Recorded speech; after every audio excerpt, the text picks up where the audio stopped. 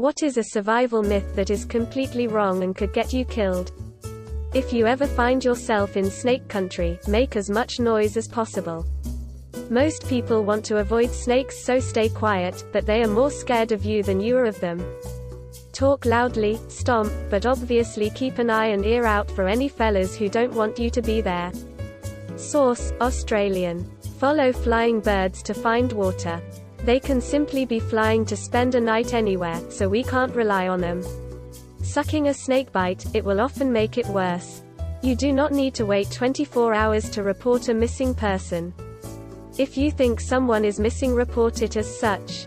The faster a missing person report is filed, the greater the chance the person will be found. Removing a bullet is more dangerous than leaving it in. Trying to remove it can tear vital organs, it can be pushed in even deeper, or removing it can cause the person to bleed out. Rescue breaths are wildly overrated in most movies and TV shows. You'll see someone in cardiac arrest, and the rescuer will stop giving compressions and focus on breathing into a person's mouth and blamo. Awake, alert, alive. Nope. Don't do that. Your body does store a fairly decent amount of oxygen in its blood at all times. If someone in front of you ODs and their mouth is covered with saliva, vomit, or someone collapses in front of you of a suspected cardiac arrest, your plan of action is twofold. 1. Are they breathing? Do they have a pulse? This is easy to fuck up, especially in a moment of panic.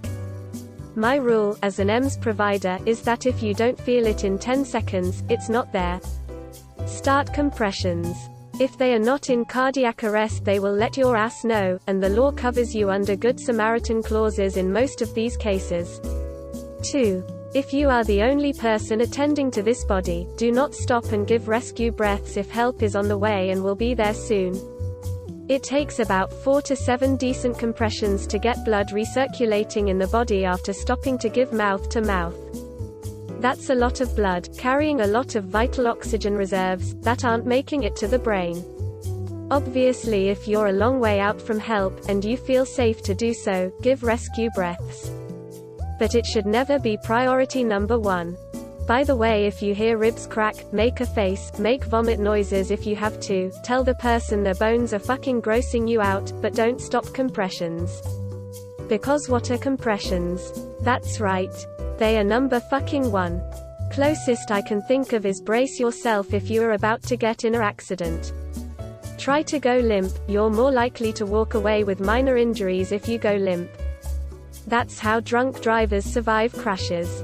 Don't eat snow to stay hydrated if you're in a winter survival situation. Losing the heat to the snow while eating it is more dangerous than dehydration. Heat it up or let it melt in a container first to lose less heat.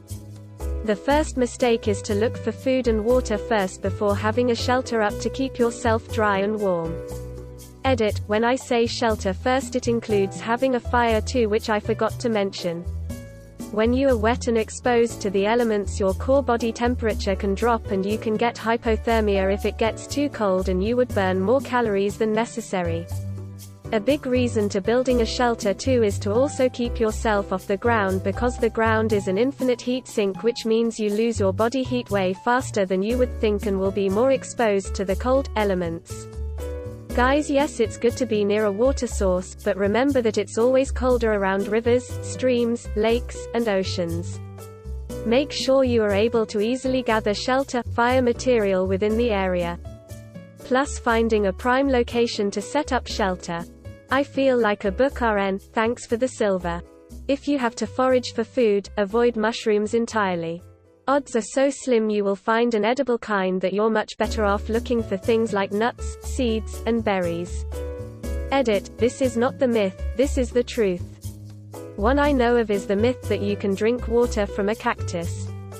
I heard it's false, and you can only drink from a small minority of cacti without having certain health consequences I am not aware of. Too long didn't read. If done right, a tourniquet should hurt like a motherfucker, and you're going to want to loosen it, but in the words of Egon Spengler, it would be bad. Gradually loosening an applied tourniquet over time is a thing I still see in first aid training videos for some reason. Don't do that. Once a tourniquet is on, remember, and mark the person if you can, what time it was applied, and leave the rest to doctors in a stable environment. Loosening a tourniquet may result in blood loss returning, which requires retightening it. Tightening, loosening repeatedly may cause, on top of additional blood loss, blood to pool up inside the limb, which can cause even more damage. Edit, it's going to take over 2 hours for muscle, nerve damage to start occurring, and about 6 until everything is dead and needing an amputation. Many folks have said that recent advances have prolonged that time. I can't find a source to validate that, but it seems believable. Would like one if anybody has one. As TQ use has heavily increased in the military and civilian world the past 15 years thanks to the cat, so I'm guessing surgeons have worked with them more. This much more recent study cites that most amputations are due to the injuries sustained, not tourniquet use. Greater than a multi-center study demonstrated 88% effectiveness in pre-hospital tourniquet application with significantly lower mortality and amputation rates than in American military experience. Greater than CRA et al.'s military cohort had a 35% amputation rate, with several civilian series having a frequency of 17% to 29%. Greater than we theorize that injury severity was critical in the decision to amputate than the presence of a tourniquet. A significant number of the initial amputations had mangled, nearly amputated arms or legs from high-speed motorcycle or all-terrain vehicle crash. Despite the higher rate of initial amputation, there was no increase in morbidity, mortality, or length of stay in TQ plus patients. Old source. Edit, greater than continuous application for longer than 2H can result in permanent nerve injury, muscle injury including contractures, rhabdomyolysis and compartment syndrome, vascular injury and skin necrosis. 8 Muscle damage is nearly complete by 6 hours, with likely required amputation. Numerous studies have been performed to determine the maximum duration of tourniquet use before complications. The general conclusion is that a tourniquet can be left in place for 2H with little risk of permanent ischemic injury. Greater than a policy of periodic loosening of a tourniquet in an attempt to reduce limb ischemia has often led to incremental exsanguination and death. 12. You can hydrate from soda. If that's all you have, drink it. If you get stabbed with anything, don't pull it out since it could be the thing that's preventing you from bleeding out. Instead, immobilize it and go to the hospital where they can stop the bleeding when they remove the object. Herbivorous animals are friendly and peaceful, so you are safe being around them, and their presence will show you where food is. Seriously, everything from cows to deer can and will kill you if you make it angry. It is usually a good idea if you are in the wilds not to get near any large wild animal, but herbivores can often be even more aggressive than the predators. Don't stand underneath doorways in case of earthquakes. Doors and door frames are just not made the same anymore, so you're more likely to sustain more serious injuries if you do. You're better off staying hidden underneath a desk or table. Drinking alcohol to stay warm. You sweat, your blood will rush to your skin and you will freeze, die much faster. Edit, people seem curious about this. Here is a good link. Edit 2, as suggested by another Redditor. Edit 3, actual Mythbusters link provided by another Redditor. V equals YJZG Slornu. I can think of multiple. Basic wilderness survival is required to be taught where I live. Don't drink your pee if you're thirsty.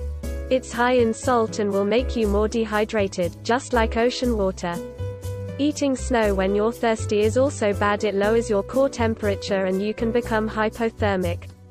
Don't play dead with all bears. Depends on the bear, some will definitely fuck your shit up if you play dead. Grizzly bears, stand your ground and back up slowly. If it becomes irritated, get into the fetal position and cover your neck and play dead. Black bears throw rocks and sticks at it, and make a lot of noise. From my experience, black bears are skittish and run away. Polar bears back away slowly to safety. If they attack prey, they kill you fast. Defend yourself by any means necessary. Remember to always carry bear spray or a gun if you're in bear country. Edit, thank your silver, kind stranger. Apparently some people think the best way to survive a wolf attack is to bend down and show the wolf you're submissive towards him and pose as no threat. If you do this, you're dead. The wolf will 100% kill you. Your best bet is to walk away without turning your backs on them, maintaining eye contact the whole way. If you look away or turn your back, the wolf's killer instinct will kick in and it'll kill you. Don't make a lot of noise and aggressive movements towards a wolf the same way you do to a black bear, because most likely it'll be seen as a challenge, not a threat. Thanks for watching. What would be your response? Leave it in the comments and see what the others say. Please also like and subscribe if you enjoyed the video. Until next time, take care.